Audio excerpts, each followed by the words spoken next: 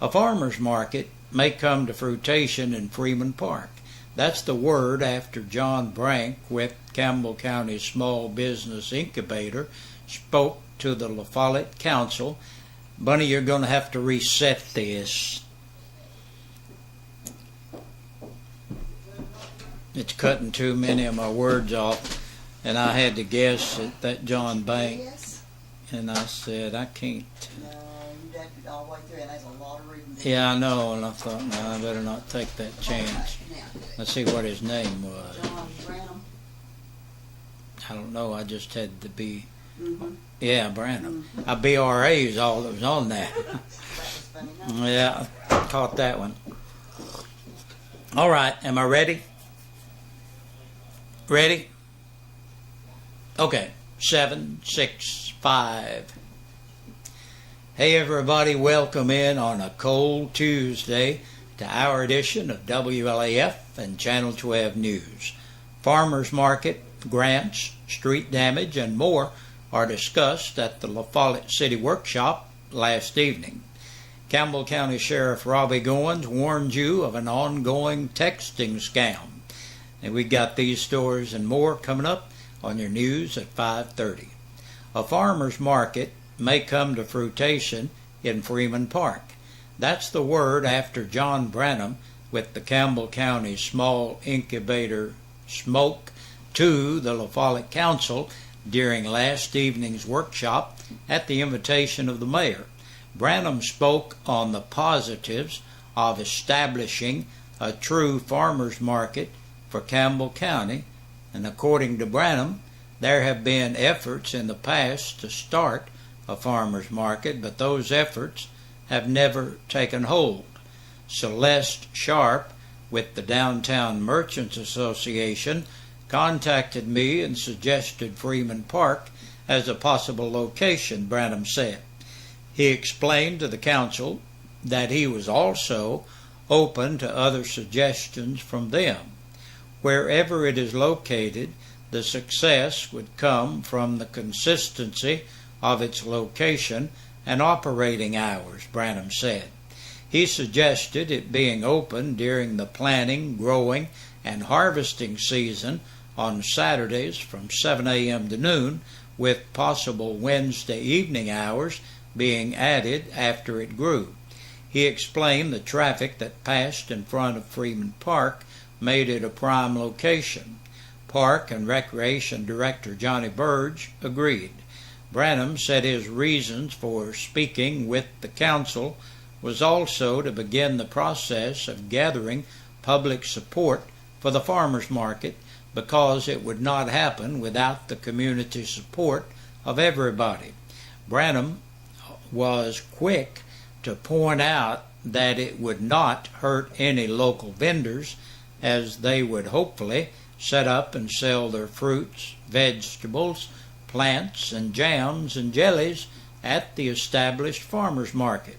It would truly benefit everyone, Branham said. The item was placed on the agenda for next week's meeting. It's a start, said Mayor Mike Stanfield. There's more to come from it, Branham said.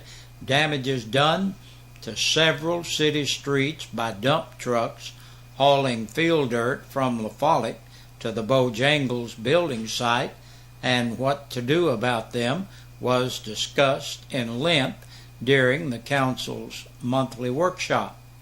Street Department Head Jim Mullins spoke to the council about the problem that was brought to both his and code enforcer Stan Faust's attention on Tuesday morning of last week.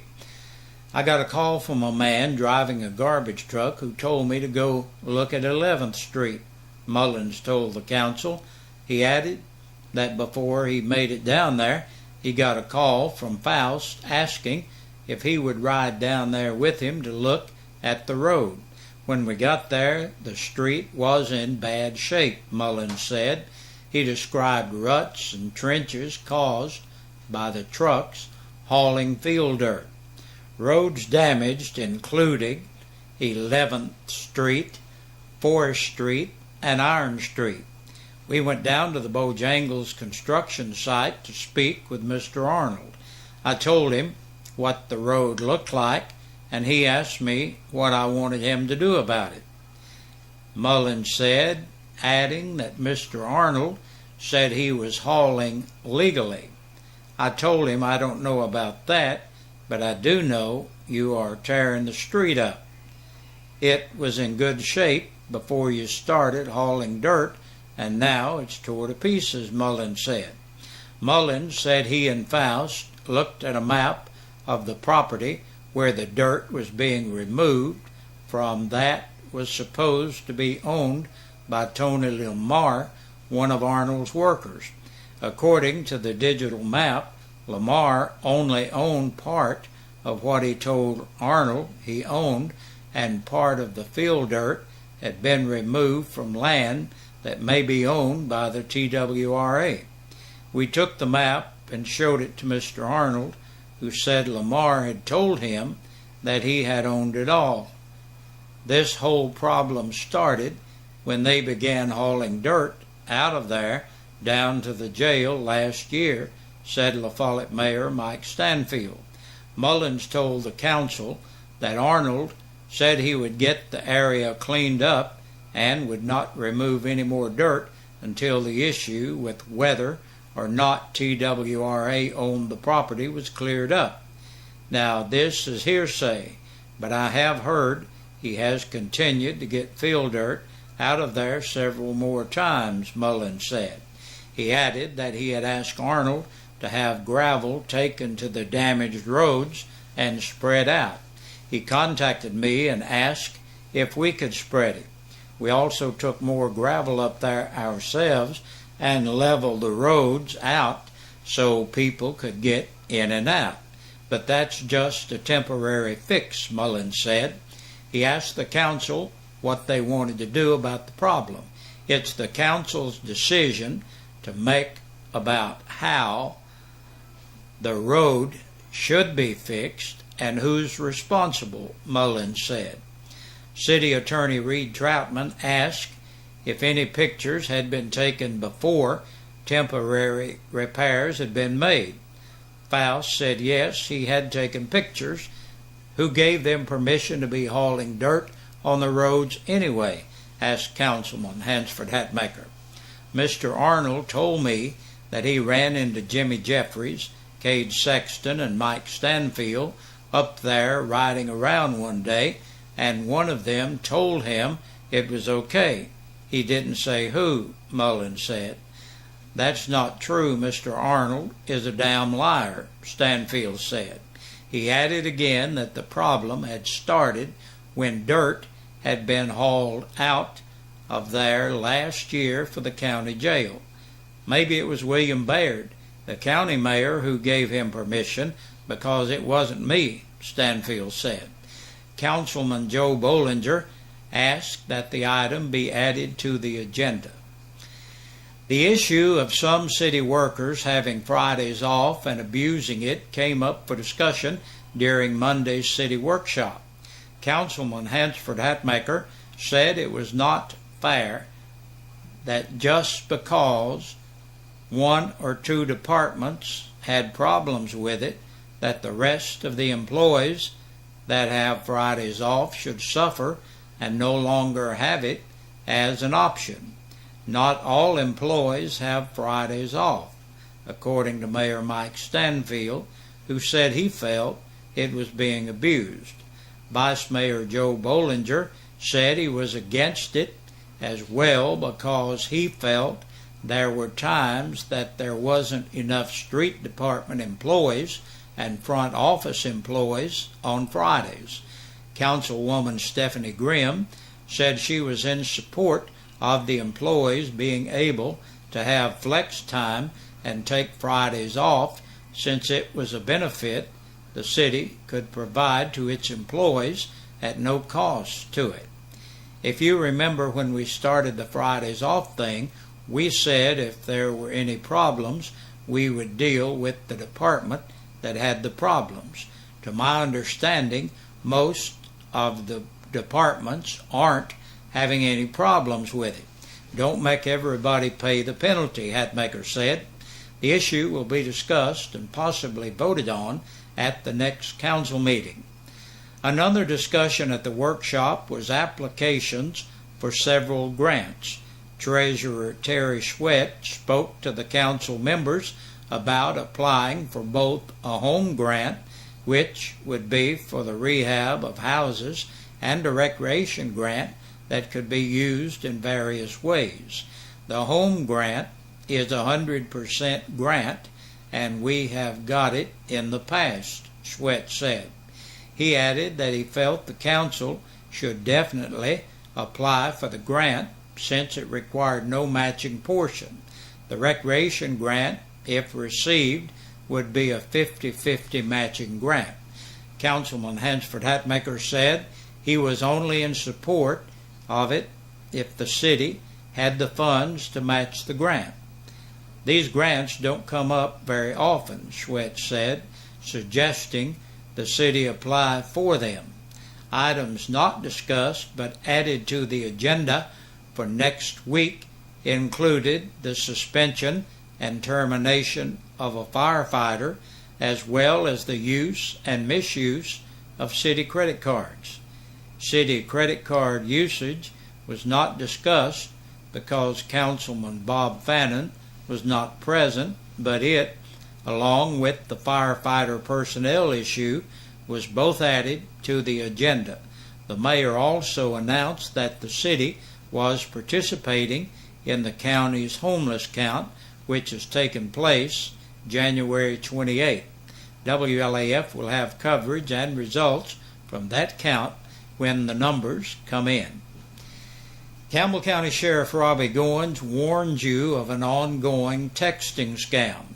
The sheriff explains that a text will come into your cell phone with a long-distance number in the name of Wells Fargo Bank. The text reads that your account is having issues or that your account has been frozen. Goins emphasizes not to call that phone number. He goes on to say that when people call the number on the text, they are asked to give their Social Security number and debit or credit card number. As a result, people are seeing their banking credit accounts being assessed unwarranted fees, even into overdraft. He sadly adds that folks have fallen victim to this scam. It's imperative that you do not respond by calling that number. The sheriff stresses to please do not give your personal information in any form related to the Wells Fargo text scam on your cell phone. If you have questions or concerns, you should call the sheriff at 562-7446. And that's a look at the news today. We'll be right back to look at the Campbell County Sheriff's Department report. 9 people have been booked into the Campbell County Jail in the past 24 hours. Robert Michael Bidlemeyer, age 50, of Weir Woods in Jacksboro, second offense, DUI, felony evading arrest, driver's failure to exercise due care, assault on a police officer, resisting arrest, disorderly conduct, possession of a Schedule 6 controlled substance, introduction of contraband into a penal facility, violation of the Tennessee financial law, possession of drug paraphernalia, violation of the seatbelt law, and speeding. 22-year-old Nikita Louise Brown of Lowe's Lane in Jacksboro for violation of probation and on a capious bench warrant. Eric Lamar, 24, of West Central Avenue, La Follette, for DUI and criminal trespassing. 36-year-old Ewell Chad Lawson of Reverend H.D. Lawson Road in Williamsburg, Kentucky, for violation of probation. Stephen Daniel Little, 28, of Lake City, for aggravated burglary and theft of property between $1,000 and $9,999. 29-year-old Eric Paul Markham of Circle Road, La Follette, for driving while suspended or revoked. William Shane McGee, 43, of Park Place Lane in Caravel, for theft of property under $500. 60-year-old Gary Lynn Miracle of Bostic Lane, La Follette, for possession of drug paraphernalia, violation of the seatbelt law, and violation of the registration law. And last today, Johnny Sue Saylor, 34, of 209 North 5th Street, La Follette, for fraudulent use of a credit card. And that's a look at the news. Thank you for being with us. We hope you have a great evening, and be sure to join us tomorrow. We'll have the midweek edition of the news for you tomorrow evening. See you then.